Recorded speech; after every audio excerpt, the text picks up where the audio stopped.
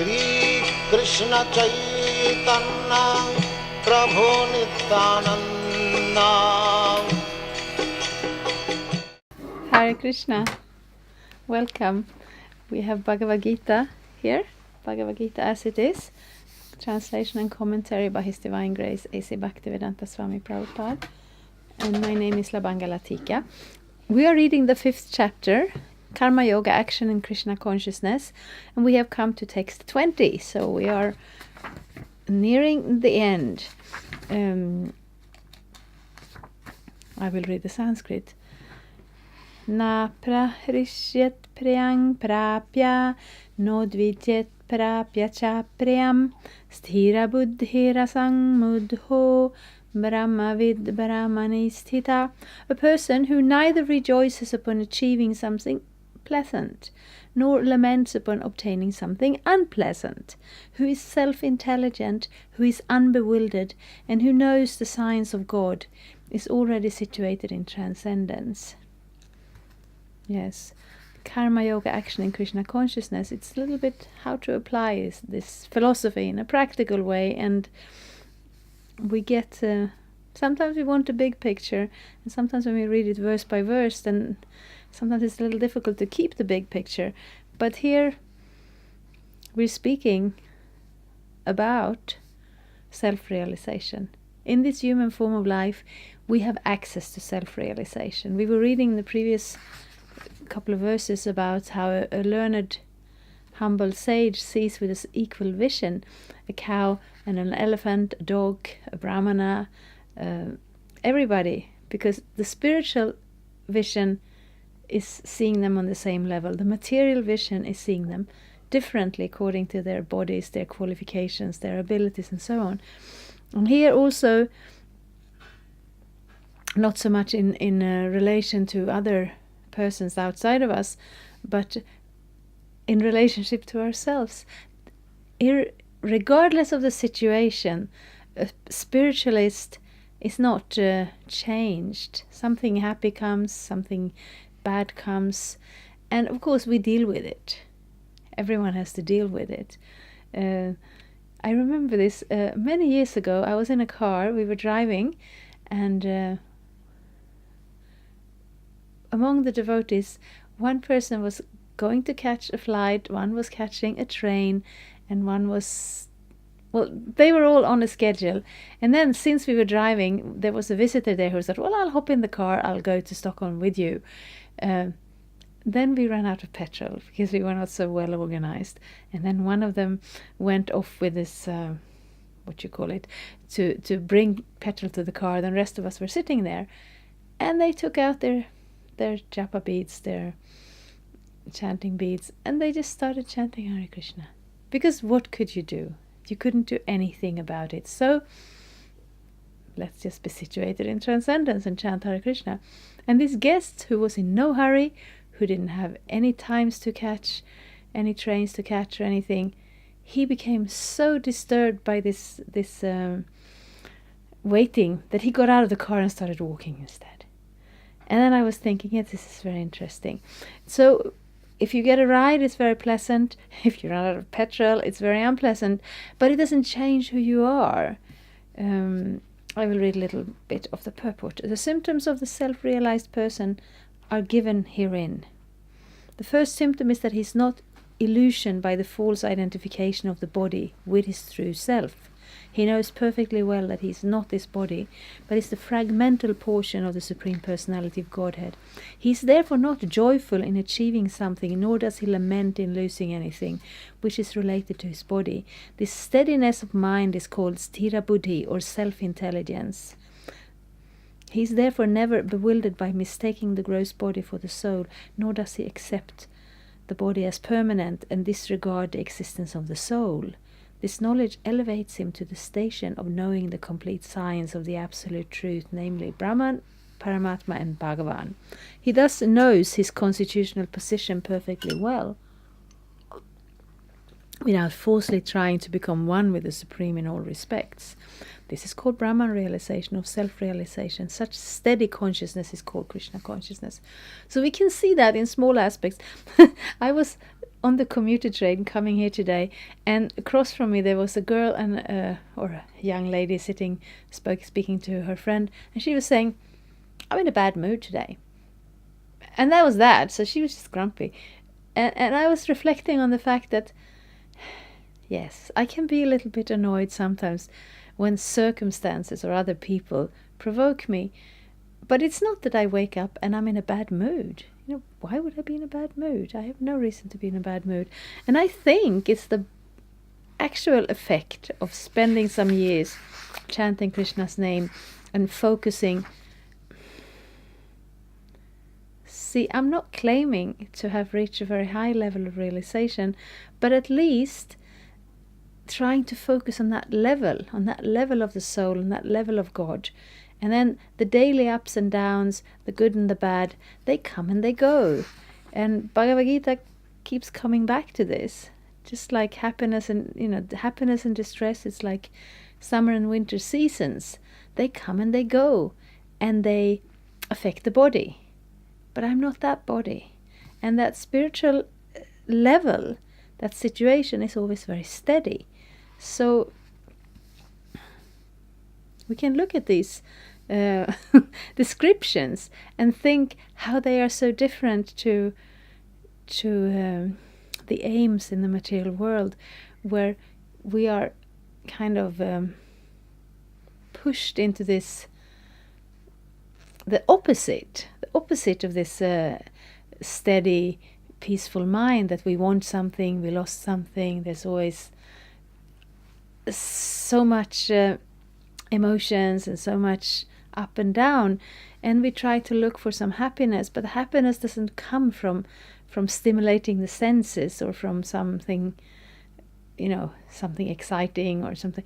Happiness comes when the soul can rest peacefully in its spiritual identity in connection to Krishna, and then that happiness can be of a very peaceful nature, of a very steady nature. And yes, Bhagavad-gita brings us back to that perspective. I will read one more verse, text 21. Bhayasparshes vasaktatma vindatyatmaniyat sukham sabrahma yoga yuktatma sukhamaksyam akshayamashnute. Such a liberated person is not attracted to material sense pleasure, but is always in trance, enjoying the pleasure within. In this way, the self-realized person enjoys unlimited happiness, for he concentrates on the Supreme. Yes, so this renunciation, this peacefulness, this giving up, this strive for happiness, this striving for pleasure and enjoyment and excitement and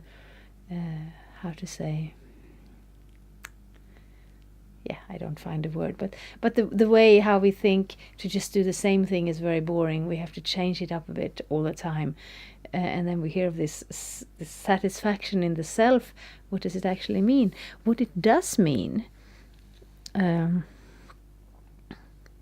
is that the soul is who we are, and the nature of the soul is to be Satchitananda, eternal, full of knowledge and full of bliss. So that is our nature. The only reason we are not feeling blissful at every moment is that we have forgotten that, recovered. We identify with something else, with this temporary body who is always subject to all sorts of problems and disturbances. So it's not that by becoming spiritual and by giving up some of that changing material sense gratification, it's not that we lose something, it's that we get access to the natural state of satisfaction that comes from within. But if we're too busy, or if we're too distracted by this material world, this material body, these senses, then we don't access that state, which is actually natural for ourselves. Yes, purport. Sri Yamunacharya, a great devotee in Krishna consciousness, said, Yadavadhi mama cheta Krishna padaravinde navanavarasadhaman yudyatam rantumasit tad avadhi batanari sangame smaryamane bhavati mukya vikara shushtu nishhivanam cha. Since I have been engaged in the transcendental loving service of Krishna, realizing ever new pleasure in him, whenever I think of sex pleasure, I spit at the thought and my lips curl with distaste. A person in Brahma Yoga or Krishna consciousness is so absorbed in the loving service of the Lord that he loses his taste for material sense pleasure altogether. The highest pleasure in terms of matter is sex pleasure. The whole world is moving under its spell, and a materialist cannot work at all without this motivation. But a person engaged in Krishna consciousness can work with greater vigor without sex pleasure, which he avoids. That is the test in spiritual realization. Spiritual realization and sex pleasure go ill together. A Krishna conscious person is not attracted to any kind of sense pleasure due to his being a liberated soul. So yeah, this is sometimes the difficulty. We hear that in Krishna consciousness we have 4 regulative principles, and it's said sometimes if we had 3 regulative principles, we would have a lot more members, because that specific thing, that enjoyment, that relationship, that sensual pleasure of sex is the most strongest, most intense, most strongest draw. Of course, eating is more important, because that we have to do every day, otherwise we die. But sex enjoyment is more bewildering. And it's interesting, because it's difficult to understand when we live in this culture. And then people are saying, oh, you're just being negative and you're being repressive and you don't know what you're missing. Of course, a lot of us, we do know what we're missing, because we were not born as monks and nuns in the Hare Krishna movement. But even someone who doesn't know what they're missing, they know what they have. And the Sri Yamunacharya, who was quoted here, has an interesting backstory where he had a very strong attraction to a woman. And that just became the most important thing in his life.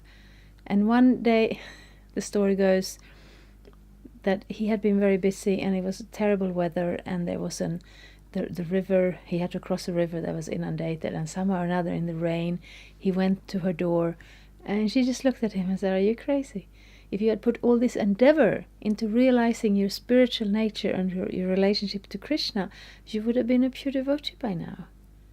And he realized that she was right. And he just turned away from this life. And that didn't mean he became angry with the women and he said, oh, I spit on the thought. The thing is, sometimes a person, even a person who has become situated in some level of realization of Krishna consciousness, sometimes it's like a reflex. I had that. I don't quite remember it, and I don't quite think about it, but I used to smoke. Many years ago I used to smoke cigarettes. And they say it's difficult to give up smoking. Well, I stepped into Hare Krishna temple and I forgot to smoke because I was so busy with my Krishna life. But sometimes in my dreams I'm there and I have a cigarette and I look at the cigarette and said, I don't smoke, I think, or do I? Well, at least not very much. And then I wake up and thinking, what a ridiculous thing. So I'm not thinking, oh, I have to stop this smoking. I have to do it because I'm not allowed to it. And oh my God, it's so difficult. Because no, smoking is not very nice, unless you become addicted, so you can't stop it. But the act of inhaling smoke into your lungs, it's just absolutely ridiculous. And I don't miss it at all. But somehow that memory comes up and then I look at it and say, that's ridiculous. I don't have time for that. And similarly, of course, we do have relationships. We have families. We have married people who like and care about each other very much. But this draw of, responding to the impulses of this body, it becomes less important. And it's not that we say, okay, you can, of course we do say that. We do say you're not supposed to have sex life outside of marriage and outside of having children. But this is something that maybe has to mature in each and individual person, and maybe it's not something everybody catches immediately, especially if you have a family.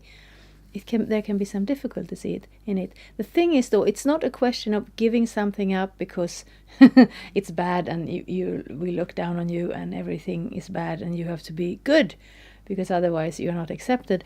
The thing is, with a growing spiritual realization, that level of spiritual satisfaction from within, in that relationship to Krishna, the Supreme Personality of Godhead, it draws us more. And then when occasionally these old impulses come up, it's like, oh, you're there again? But I don't really have time for you, because I have this life with Krishna and I like it better. And it sounds a little odd if you're not in it. But the thing is, all of these things that are connected with our attachment to our material identity, they are kind of covered with like a layer of illusion. And when you're in it, and when you very much want to be in it, I don't know how to describe this, you don't see it. Because that's what illusion does to us. We don't see it. We don't see that we have forgotten Krishna. We don't see that we have accepted this second-rate material imitation body instead of our eternal spiritual glowing existence. We don't see it. And therefore all these material things, they draw us. But therefore those regulative principles we have, they minimize the things that draw us too much, that creates a disturbance. So we give them up completely. But of course, we don't give up life. We still eat, but we don't eat dead animals. We still have families, but we avoid getting like too involved in this sex life. And I want to be very careful not to come across as judgmental, because this is a gradual process. We do not start with that. We do not say, okay, unless you stop having sex forever, we have nothing to offer.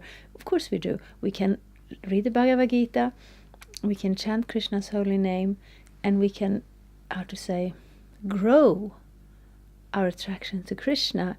And that's the steady platform where this attractions of this material body, this material world, this material existence, they simply are not very strong anymore. Not because we have become dull and insensitive, but because we have found something that is more satisfying for the soul. Thank you very much. Hare Krishna. Thank you for watching. We aim for updates every Tuesday and Friday. Please come back. If you have any questions or comments, please leave them down there. We also have some links and information for you. And there is, of course, the subscribe button. Thank you. Hare Krishna. I'm a Hare Krishna, and I approve this message. Subscribe. Hare Krishna, Krishna Krishna, Hare Hare, Hare Rama, Rama Rama.